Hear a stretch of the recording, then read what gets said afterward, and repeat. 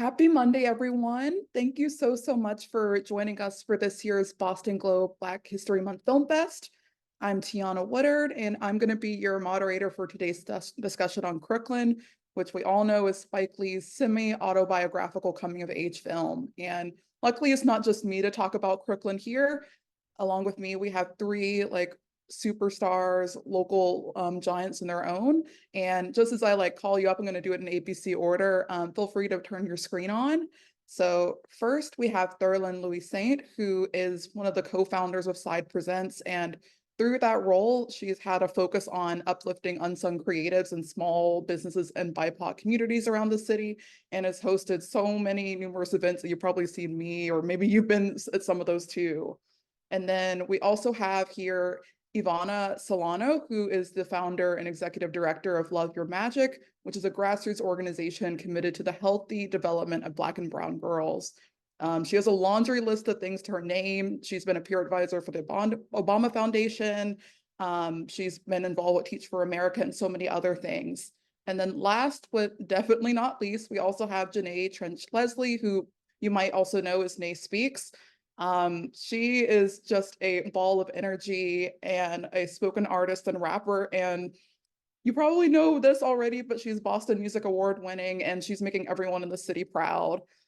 Thank you three so much for being on here today. I'm really excited to hear from you guys and just pick your brains about this classic movie. And just to really start off, before I get into the questions though, I just wanted to remind the participants that the first 30 or 40 minutes, just depending on how the topic flows, we're going to devote to just questions between us four. But if there's anything that you want to ask the panelists as we go along, you can use the Q&A feature at the bottom of your screen. I'll try to get through as many of those as possible, so send them in and then we can go from there. So just to begin, you guys, I know this Crooklyn, like me, it probably has a special place in your heart. And I was just wondering first to start off, what are your earliest memories of this movie? And anyone can start. Just wanted to hear about that first.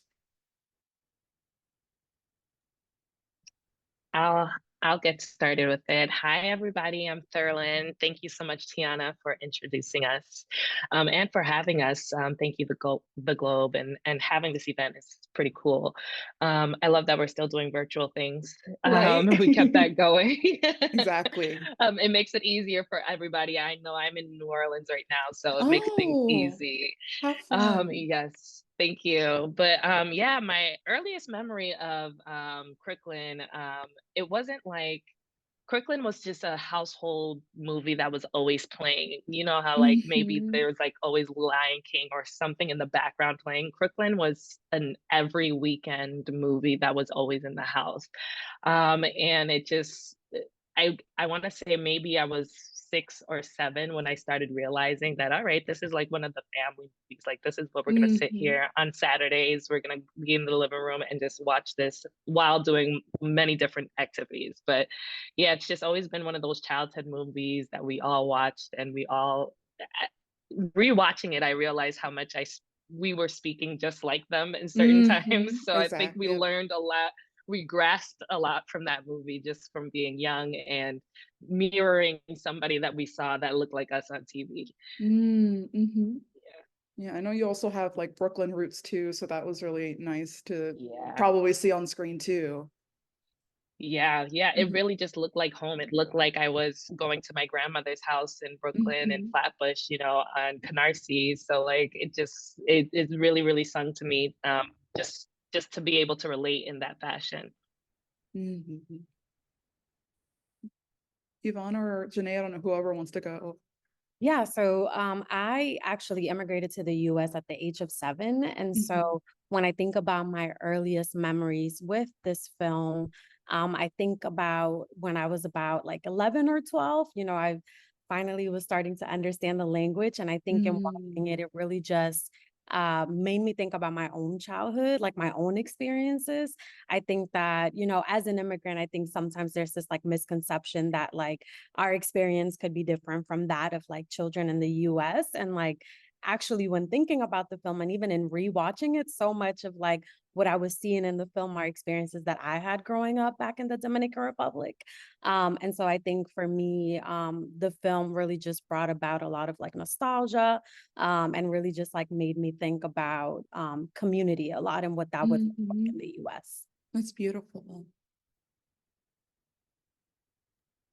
I'll just add a little bit, but Crooklyn for me was one of those things where my mom was like, you know, she mentioned it, and I was like, "What is that?" And this had to be about like 4 years ago.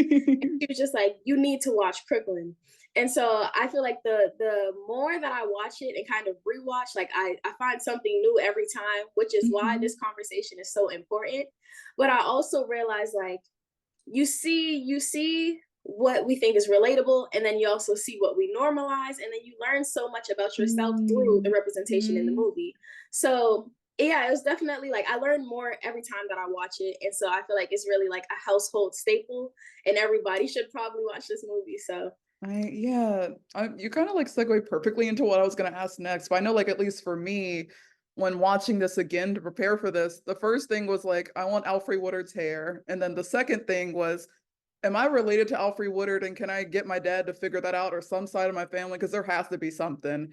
But the other thing that really came up for me in watching this again, like more on a serious note, was like when I was first watching it, I'd never really thought or reflected much on the kind of abuse and the discipline that Carolyn had like used to raise her children. I think that was just something that's normalized, especially in like our communities, a lot of ways. And when I was watching it again, I think I had more of just like more awareness about that. I don't know if there were or whether it was that or there were other things that stood out to you guys when watching this again that you may not have noticed the first time.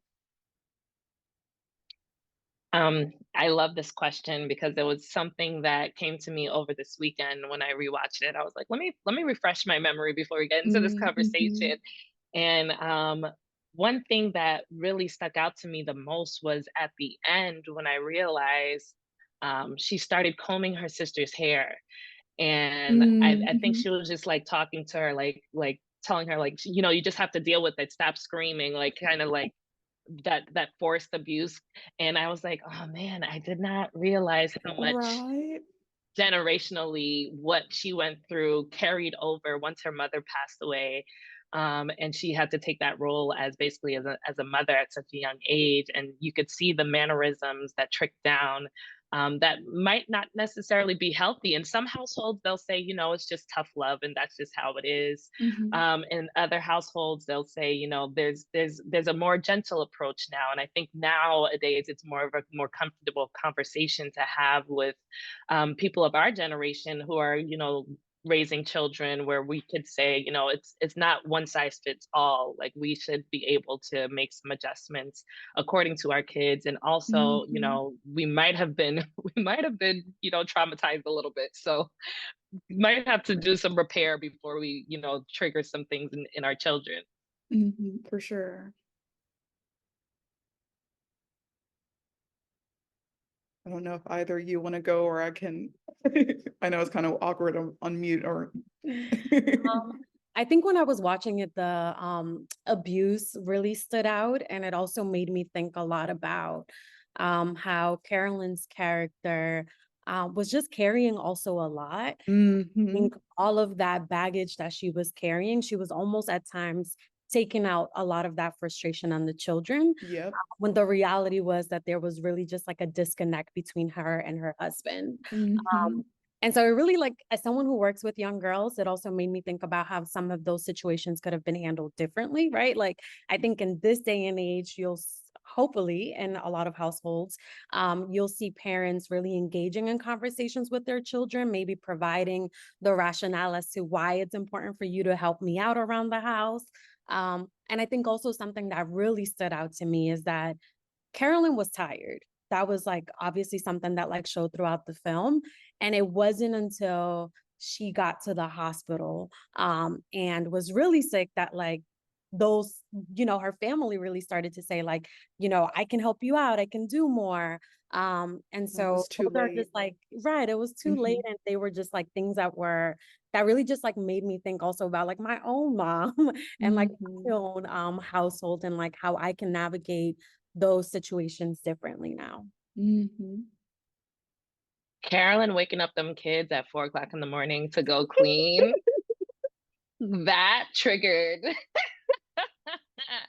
I don't know. I have Haitian parents. So it was just like when you got to get up to go clean, it was like everybody up, like by any means necessary. We're getting you up, go clean this bathroom. Definitely triggering. I just want to go back to like Thurland's original point of just Mhm. talking about, you know, when she was like raking through her hair and she's like, you have to just like deal with it. That also made me think about like the scene where the girls are on the stoop and they're all Mm, talking about like mhm. she's like, oh well, she has that good hair, and she's like, that's Puerto Mhm. Rican hair. And you know, I feel Mhm. like that's something that definitely still exists on like the aspect of colorism, but also the Yep. side of just a neglect for the Black woman's natural state. Yep. Um, and so I felt like that was relatable, but that's also something that's definitely normalized in social media, in real life, and there being kind of like a lack of a safe space in the household, but also just in society in general. And Mhm. so I feel it's almost like I feel it's easier for the Black woman to internalize that hatred because it's coming from both sides, both inside and outside. And the only safe space that we may have is when we decide to accept the natural side ourselves. And I feel like Mhm. we may not have seen this in Crooklyn, but I feel like we also saw the side that we can relate to and what we see in society. So Yeah, no, for sure. Like what you just said made me really think about because I wanted to get into colorism as well because I definitely felt that with her friends, whether it was when she was going, they were stealing from the store or talking about her, or when she went down to the South with Viola specifically and seeing her room set up, the dolls that she had. When her aunt was doing her hair and straightened it out and took out all the beads and braids and everything. Um, Everything was just like it was so rampant. Like, I think when I was like younger, I didn't have the language to really describe what was happening, but I definitely felt that. And that was something I like had noticed as well. Like I don't really, that's not a question, but I don't know if there's just like any like what you guys want to add to that, or just speaking about colorism and how it impacts Troy, or also how like how it shapes her coming of age in this film. I did want to go back to the piece around like, you know, when she stole and the Yeah, let's do liquor that. store.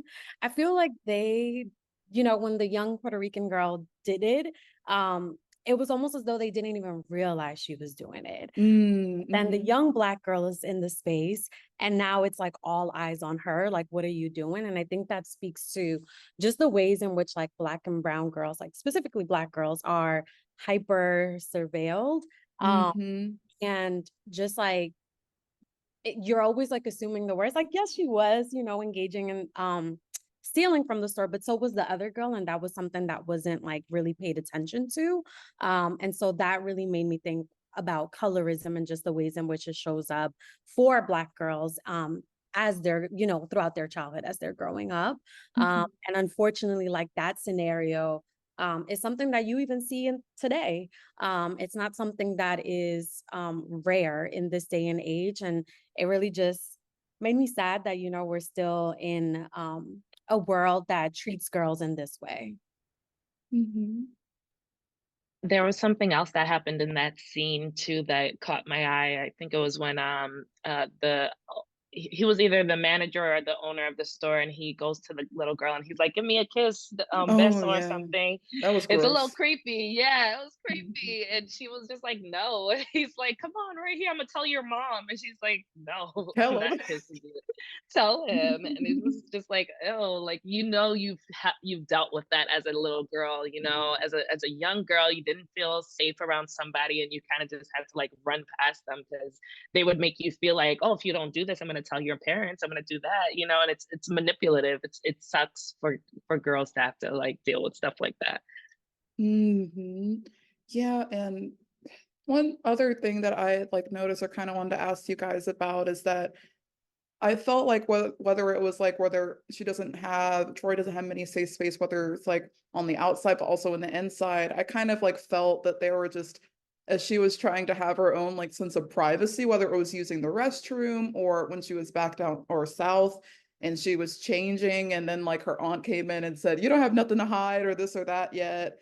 I think it just kind of spoke to like how like when it comes to family or parents, a lot of times those boundaries are always crossed, and it's just because it's family. It's like you're in my house, like there's no like don't lock your door, this or that. I know like I could never have my door locked because it's not your house anyway. And I think that as Troy was like growing up, that like a lot of those boundaries were crossed for her, and it seemed like that she wasn't able to create her own bubble or her own like sense of self in a way. Hope that makes sense.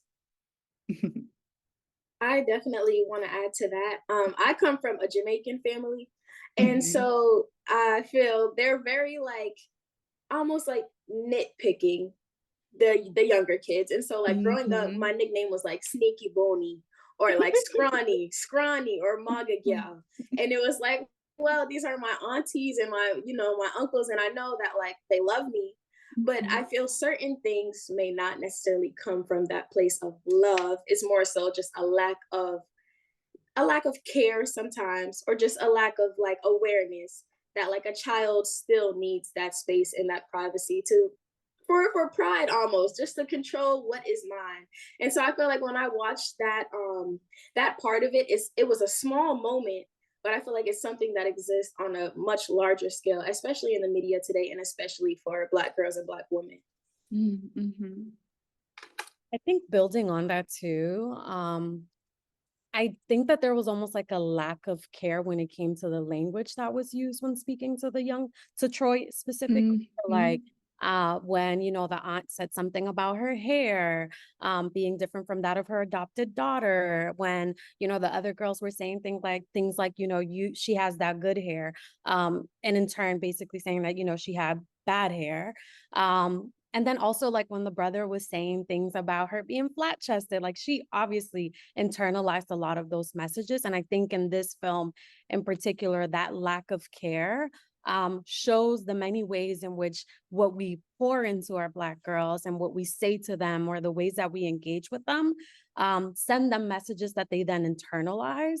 And it also shows just like the ways in which Black girls are adultified, right? Like in the film, there were many instances in which Troy was adultified, and so was the other young little Puerto Rican girl. And I think that there are other ways in which Troy was robbed of her girlhood. And I think when it comes to the lack of care with language, that was also one instance in which she was robbed of her girlhood.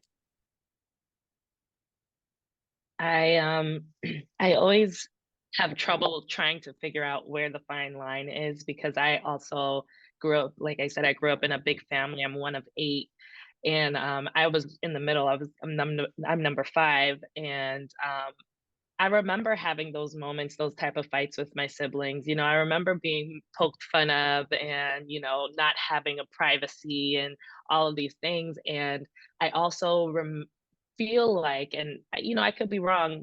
Therapist needs to come in here and tell me for real, but I do feel like that my skin has gotten thicker from it, but not in a like a closed off way, but in a way that's like I now know how to speak up for myself. I now know what to say. I now know how to have my own back if I need to, because I had that almost like training with my siblings. And I always find it weird where I try to find like, okay, is this okay? Like, did what I go through, was that okay or was that not okay? Because I feel like I'm good right now. I feel like I'm all right. I survived, but it wasn't much of a survival tool. I just grew up, and the scenario was just a little rougher around the edges, kind of sort of like Troy. So I always think of the other side, like what if I was in more of a coddled home, or in a home that was a little more, sensorized, and I didn't see or hear certain things. How would that have turned out for me? You know, it's just one of those thoughts that come to mind when I think of things. Yeah, no, that always comes to my mind every time I have a therapy session. I know like one thing that I also wanted to get into is some of the like, I know we've been getting into some heavy things, but also the joy of this film as well. And with Crooklyn, I think specifically, I think it's one of the few, especially in that time in 1994, even now, where you just see like unfiltered Black child, like Black boy and Black girl joy, especially in the opening sequence. Just the little things with like Troy having a crush on the boy in the park, or like just them on the stoop. Like there's also like attention put to them just being kids. And a lot of times you don't like see that ever. Like, um, I don't know, that's something that we're still lacking in media, and I just wanted to hear your guys' thoughts on that because I know that that's definitely an important part of this film too. Yeah, I think Ivana touched on it earlier when she said community. That's the Mhm. first thing, and that's what Spike Lee did so geniusly in the beginning of this film, was show how much of a community there was around Troy. You know, she wasn't alone, although she might have felt lonely at times, but you know, she could go outside. She was covered by her, you know, her neighbors. She could run up the street and come back without any issues. That's the childhood that I grew up in too. And you know, we talked about being in Brooklyn. Some of my fondest memories was going to being in Brooklyn and my grandfather giving me $5 to go to Burger King and get a burger like 3 blocks down, and me riding my bike, and it not being such a scary place. You know, I didn't need a tracker on me. I didn't need to be, you know, I didn't need to have certain things. Like my parents just trusted that our community had our back, and that nothing would happen to us. And rightfully so, nothing happened. You know, we were, you know, these are the same people that we wake up, we had breakfast, we went out and had jumped rope, did exercise, didn't even realize we were exercising. You know, these are the people that we would go to school with. These are the people that we would go to church with, you know? So having that community, that thick community structure, being young, and you see that in the movie, in the film right off the bat, was so like, it was so nostalgic in such a beautiful way, just to go back and see how, like, how it was. I remember going outside and seeing that visibly, and and I know now when I go outside, I don't see that. I don't see it, and I don't know where that is.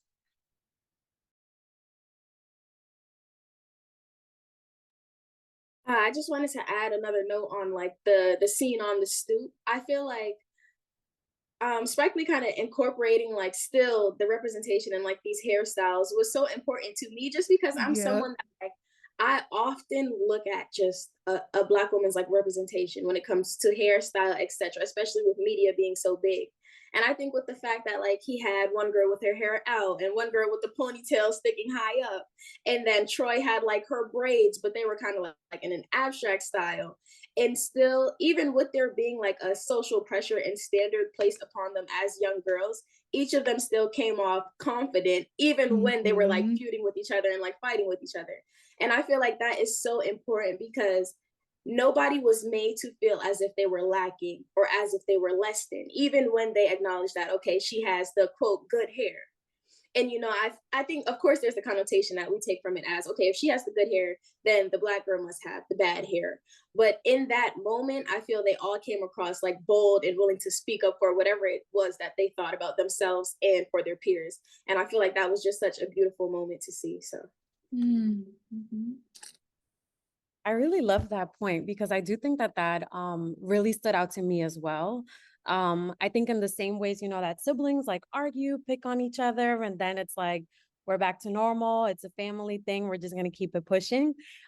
You saw that happen with the neighbors as well, right? Like they would be on the stoop, making fun of each other, cracking jokes, and like it didn't require like they didn't turn to violence. They didn't turn into oh, you said this, so now I'm not going to talk to you. Like you would see them go from that moment of like, oh, like making fun of each other to then just like playing and Mhm. moving along. And so I think that at the core, there seems to be like that big spirit of like community and like we still care for each other, and the ways in which they would come together when they felt that one of them was under attack too, right? So like when the trash was being thrown and the guy would come out and try to fight them, like they were all ready to be like, oh no, like you're not about to come for my, my friend, my sibling or whatever, because like if you come for her, like it's going to be all of us.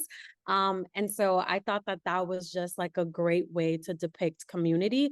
I think you see it in some ways in like some school settings or like in other spaces, but I do wish that we could see more of that today. And I think it could go back to, this idea of like safety, right? Like spaces don't feel safe for our young people, and so as adults we have to really keep an eye on the kids or like be really strict about the spaces that they're in.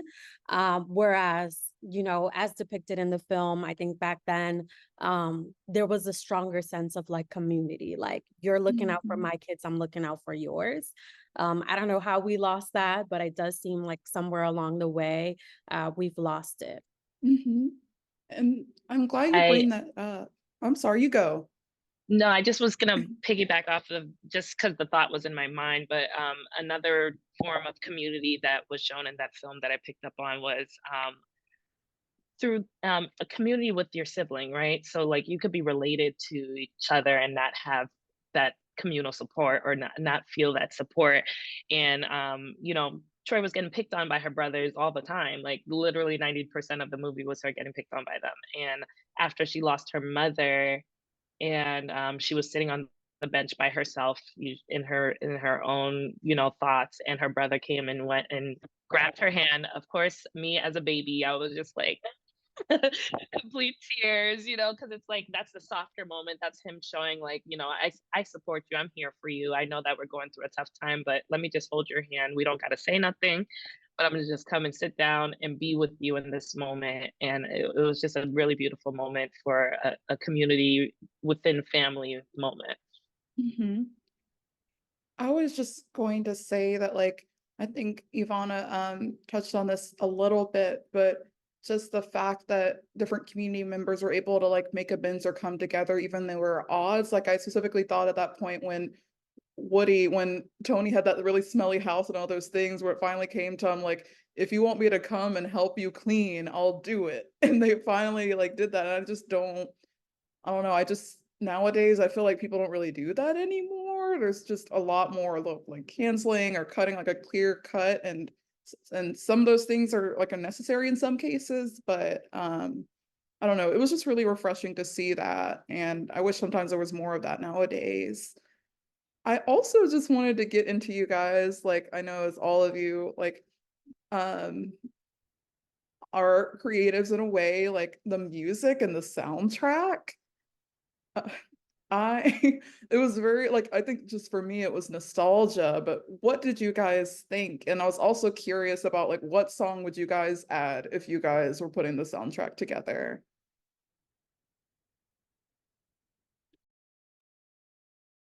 I need some time about what song I would add, but um I mean, it's not often that you watch a film and it's like hits after hits after hits as the soundtrack, you know? It's That's what the film offered. Every single song was a song that had to top the chart at some point, and it was just a ride down memory lane, and you're singing along, and it all played perfectly in every scene. But what I would add, that's crazy. I don't know. I'm thinking on it. I think the song that comes to mind is one with Whitney Houston called Family First. And I think that one just comes to mind because obviously, like through the good, the bad, and the ugly, like they were still a family. And that showed throughout the film, but specifically when they experienced the loss of Carolyn. And so I think that that is the song that comes to mind. That I also think would have probably just like made me cry that much more, because it would have solidified that message. I have no idea what song I would add. But like when I watched it again, I was hearing certain songs and I'm like, this is crazy because some of the songs are like trending on social media right now. And I know they're like Mhm. very old songs, but it was nostalgic, but also in the way that like the songs are coming back. And I feel like that's something that kind of repeats, like these are classics. And then while I'm watching it, it's I don't know, it just felt like so like vintage and so, like such a throwback, which just makes the movie like all the better. So Mhm. I know for me, the song that I would add, I know they already had Sly and the Family Stone in there, but I would have added like their version of Que Sera Sera, whatever will be, I think at the end of the movie. I think that would have, that like song always gets me. And I think especially at the end as things are tying together, I thought that could have added something, but I was just amazed by like how they were able to find a song that like articulated like each moving part of the thing, like the opening, or whether it was like Curtis Mayfield, or like everything fit. And like Janae was saying, like a lot of those songs are timeless, they're seamless. They're like, I don't know if you were about to say something or No, okay. I was just gonna say like, yeah, I don't think I could even think of what I would add to the playlist. It was really just like hits after hits. Okay, no worries. And then like on reflecting on this, is there something that in this film that you wish you were able to see more of, or that you just would have done away with? Or like if there was anything you could tweak to the movie, what would it be and why?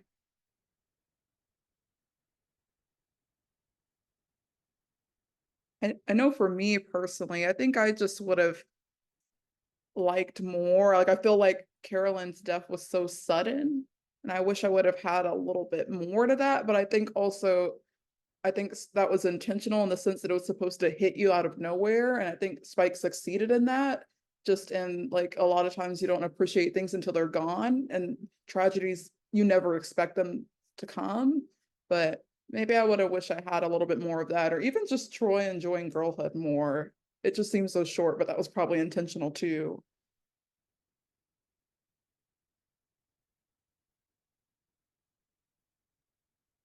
I actually think, Yeah, I think I go ahead. go ahead. No, go ahead. I was gonna say I actually wish I would have seen a little bit more about Troy's relationship with Carolyn a little bit. It was really obvious that they had a really close relationship, and I would have just wanted to see a little bit more of that. Um, and also just like a little bit about like what happens next, like with Troy, like how does she navigate this? And do her brothers and like her dad change in response to what's happening? Or does Troy now have to carry the same load that Carolyn was carrying when she was alive?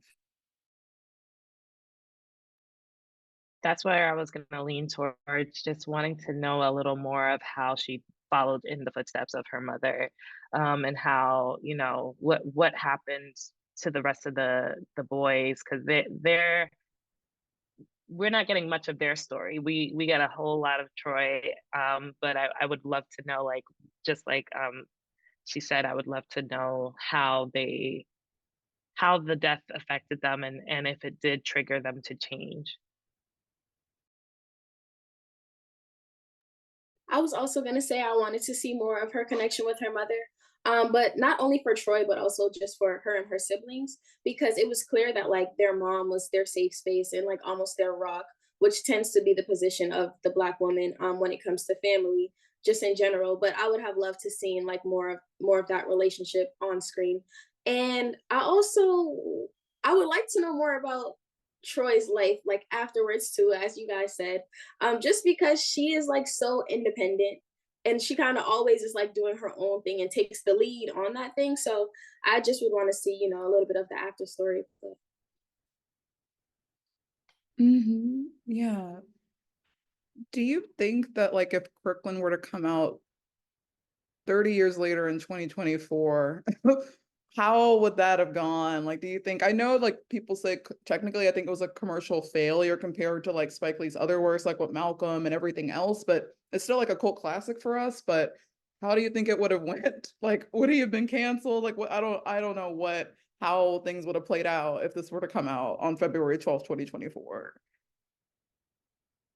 I know, I see your face. So Yeah, I don't know if it would have been received the same. Just like we were saying, like we grew up in a different time. Growing up in the 90s was different, you know. I think there was a lot more there was a lot of people being okay with being unaware. And yeah, a lot of the things wouldn't have passed. It would have been a cool cancel, unfortunately. It would have been a quick cancel.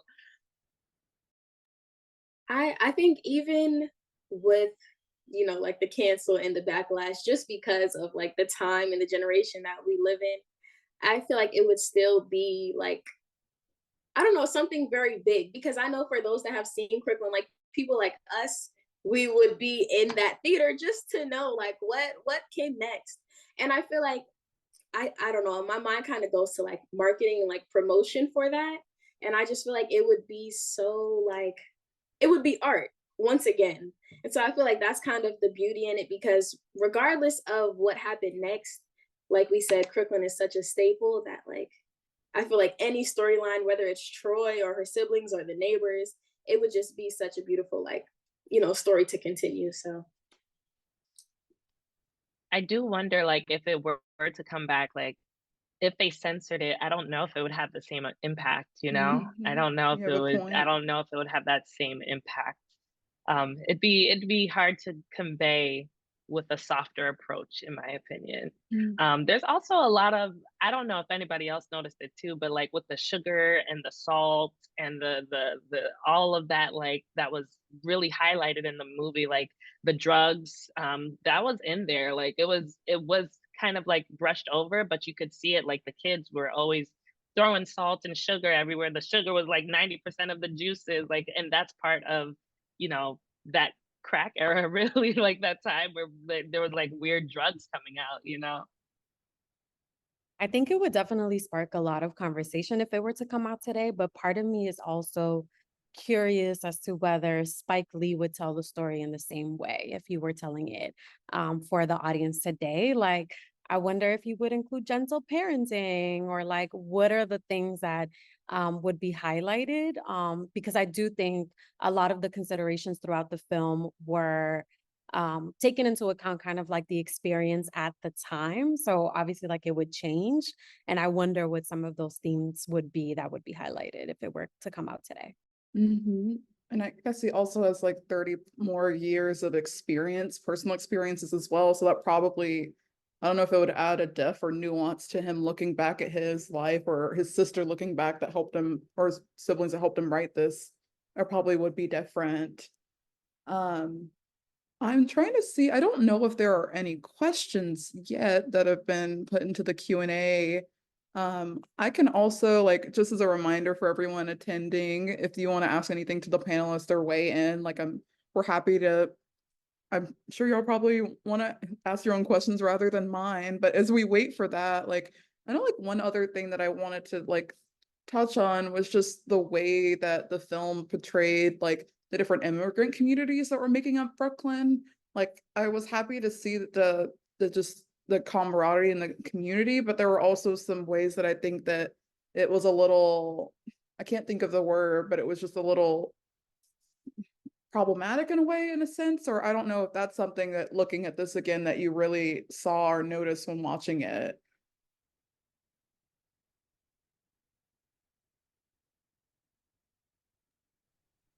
I plead the fifth. No, I'm playing. It was pretty bad. It was pretty bad. It was pretty bad. I think they really did they made it really go back to that old like black and Hispanic kind of rivalry in the city.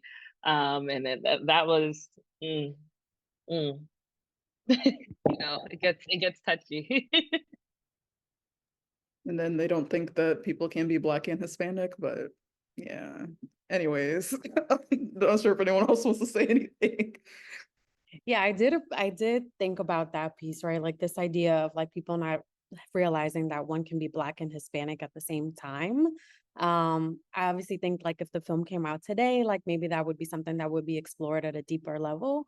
Um, and unfortunately, it's still something that is like true for folks, right? Like they don't understand that one can be Black and Latino, like that's a thing. And so I definitely think that the ways in which some of like those conversations came about were deeply problematic, and unfortunately still ring true to this day.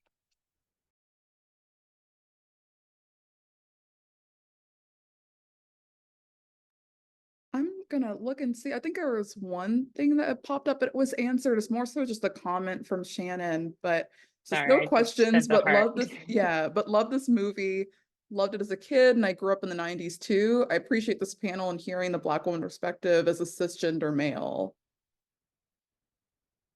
And if there are like any other questions from the audience, like I'll read those too. Okay.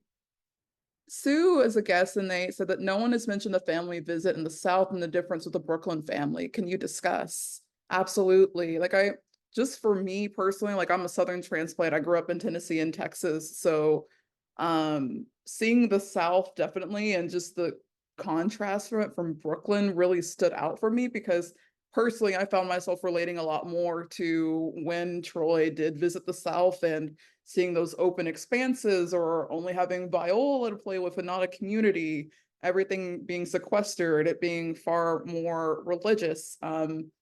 Just seeing all of that, I could see like that there were some great things about it, but also a lot of drawbacks to it. And it was like night and day. I don't know if there was anything that you guys wanted to weigh in about, or not sure if you lived in the South. I don't know if any of you guys have, but I know Janae's now in Atlanta, but I guess what are your guys' perspectives on that? I didn't grow up in the South, but one thing that I remembered when watching was, how they made it seem as if she wasn't presentable when she got there, Mhm. that she didn't fit in. She needed to straighten her hair a certain way. And it's like, what are we conforming to for her? Because when she was in Brooklyn, when she was back home where she was with her community and where she was accepted, she could have her hair how she wanted to, or she could wear whatever dress that she wanted to wear. Her pajamas didn't have to be these fancy nightgowns, but it's like they went over to the South and it was like almost as if they had to have a pristine look in order to be presentable. And it makes you think, what's that gaze on you to make you feel like how you are naturally is not presentable? I agree with what Fairland said. And I also kind of like looked in like the background of the scenes where I would see the daughter, I don't remember her name, but the daughter had like dolls. Viola? Viola, yeah, she had Mhm. the dolls and she had the gowns, and that was kind of like her Mhm. entertainment. She pretty much entertained herself with everything that they provided for her. Whereas Troy, living in the city, had to turn to the people that she had. So when she would, be outside, it was like moment to moment. Like I have my siblings, I have my neighbors, and that's my little world right there. So I feel like when she goes to the South, and it's kind of like her life kind of slows down. But because of kind of this shell that she built while living in Brooklyn, she does not like necessarily assimilate to what they believe is like the standard of how she should look and how she should act. And I just thought it was so funny when she was like jumping on the bed like singing the song, and Viola's like what are you doing? And she's like I don't care, I don't care what my auntie thinks or like what she says. And I think that her sense of self, even at such a young age, is so important because Viola also says like it doesn't matter what you say about her, like that's my adopted mom. And so I feel there was kind of a disconnect between them, even with all that they had, living in this nice space and having so much. And at that time, it wasn't really about what you had or how you looked. It was more about your connection, person to person, and we Mhm. saw that more so in her community in Brooklyn. So. Yeah, I would echo all that's been said. I think there was a stronger sense of community when Troy was in Brooklyn. You didn't really see Viola playing with like neighbors or there being folks that she can kind of like fall back on. Also, like thinking about the ways in which even the dogs were treated differently, like Yes. in the South and in the North, right? Like she was devastated when she lost her dog, buried it. The dog was like really part of the family. And I think the dog, obviously, that they had in Brooklyn was also a part of the family, but the treatment was different. And Mhm. so I think that there was just some like really stark differences in Troy's experience in the North versus the South. I'm kind of convinced that Troy had something to do with that, but that like I could not help but die when that happened. I was just like, I don't know, but this is like so Spike Lee, but that was that was interesting. Another question we have from Jacqueline. they said that they're excited to see more back-to-back Black movies in theater. They loved One in a Thousand, so authentic, and now seeing American Fiction. Wondering what the young adults see versus what they might have saw as a young adult in the 90s. Are these newer characters that we're seeing on screen more relatable? It's an interesting question.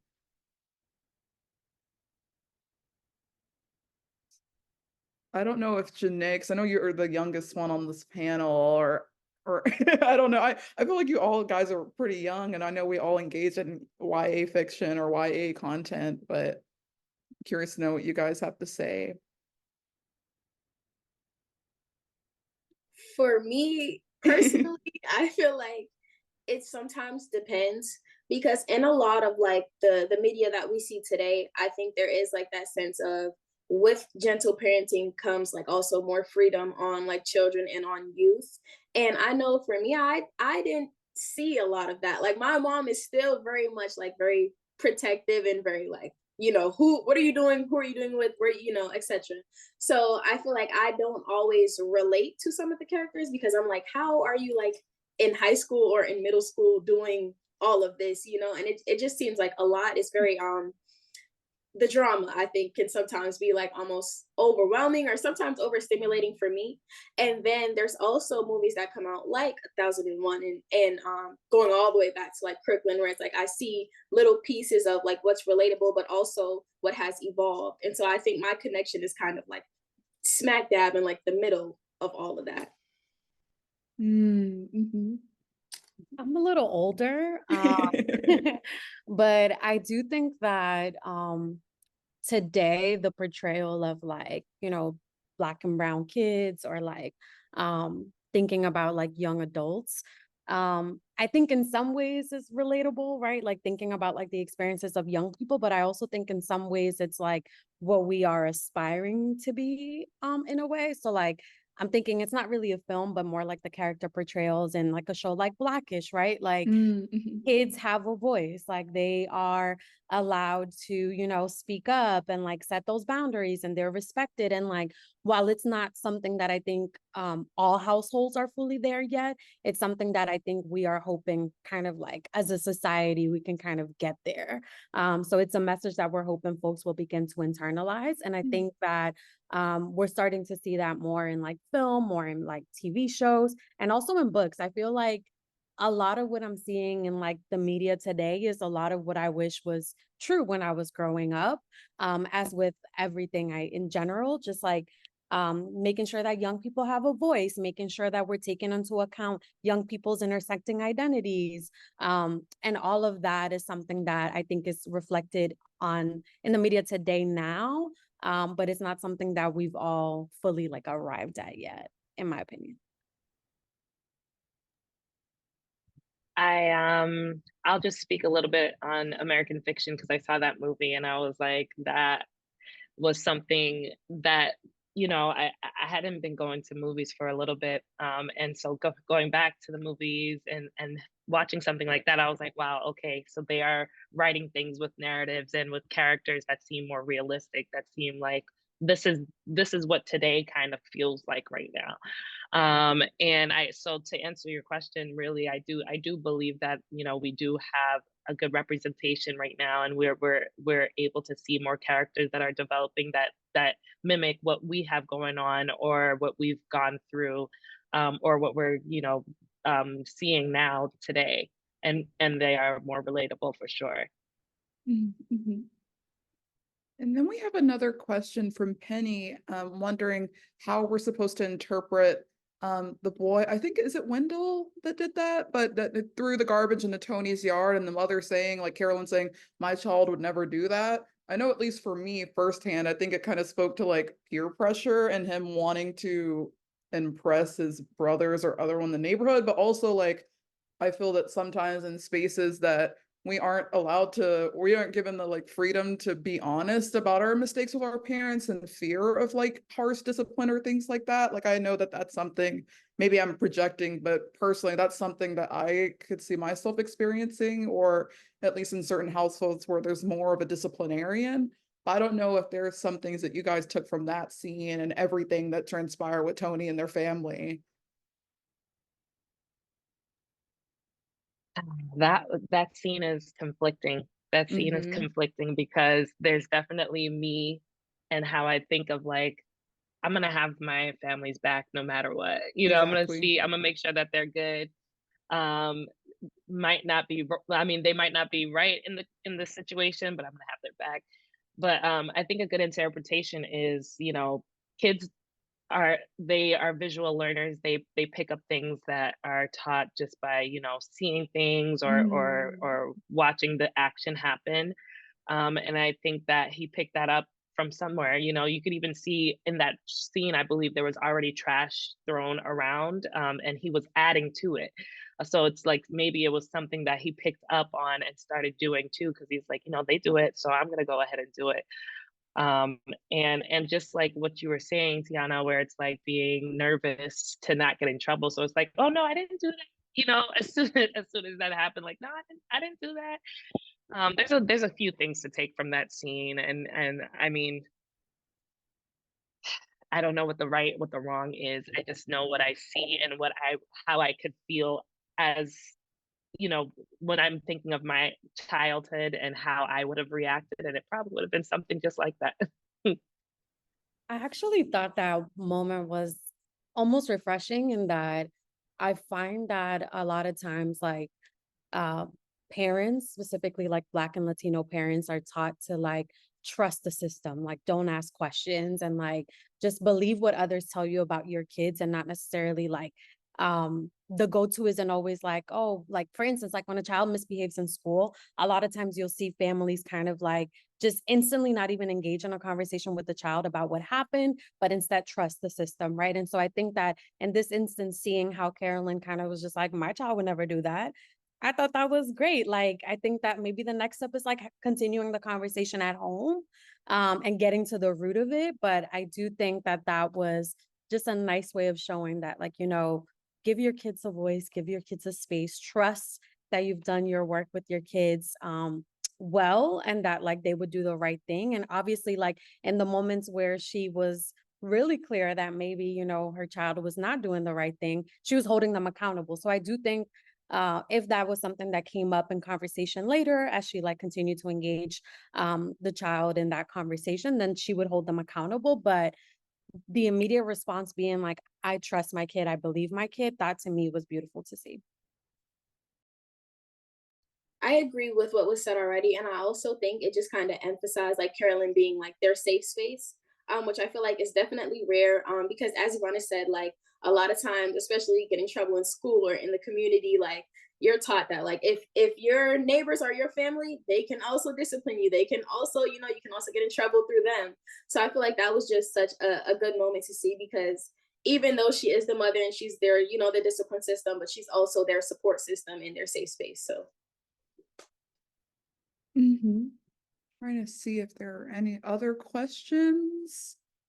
Um, if there's not anyone else, I'm gonna give you guys a chance to type anything in, or I'm just gonna wrap it up.